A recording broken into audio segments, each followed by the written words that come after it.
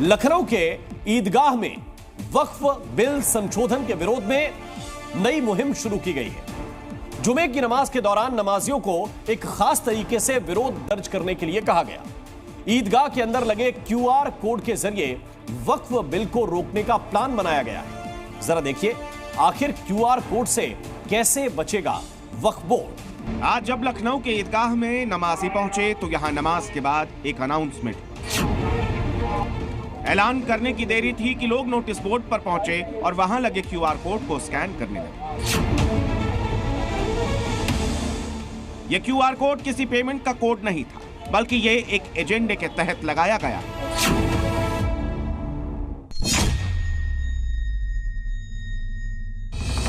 लखनऊ ईदगाह में notice board पर चस्पा इस क्यूआर कोड को स्कैन करने की होड़ लगी है। ईदगाह पहुंचने वाले ज्यादातर मुस्लिम समुदाय के लोग कोड को स्कैन कर रहे हैं।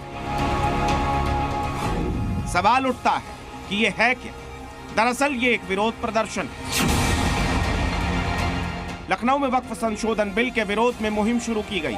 शुक्रवार को जुमे की नमाज के दौरान नमाजियों को क्यूआर कोड स्कैन करके विरोध दर्ज करने को कहा गया है। मौलाना खालिद रशीद फिरंगी महली ने खुद लोगों से मुहिम का हिस्सा बनने की अपील की। आवाम की आसानी के लिए पर्सनल लॉ बोर्ड ने क्यूआर कोड जारी किया है, तो उस क्यूआर कोड के जरिए से आप आसानी अपनी राय ज्वाइंट पार्लियामेंट्री कमेटी तक पहुंचा सकते हैं। मौलाना ने बताया कि बिल के संबंध में ज्वाइंट पार्लियामेंट्री कमेटी में ज्यादा से ज्यादा लोगों की राय मांगी गई है, लिहाजा बढ़ चढ़कर इसमें हिस्सा लें। नमाज के बाद सभी नमाजी बारकोड को स्कैन करके अपना विरोध दर्ज कर रहे हैं।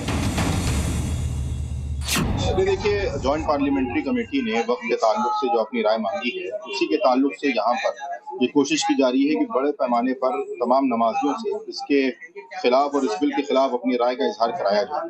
और India Muslim personal law board ने जो क्यूआर कोड जारी किया है, उसके ताल्लुक से यहाँ पर एक क्यूआर कोड को स्कैन करके अपनी राय भेजने का काम किया जा रहा है। वक्फ संशोधन बिल को मुस्लिम संगठन स्वीकार करने को तैयार नहीं।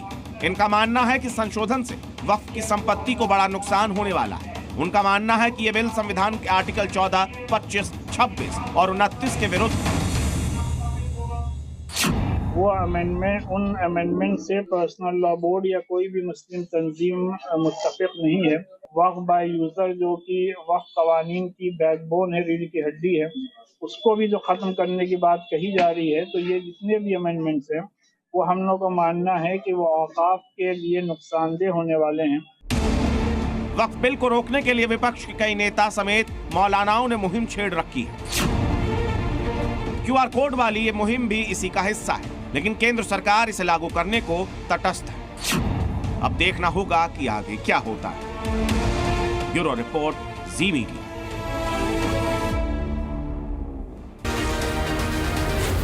जी न्यूज़।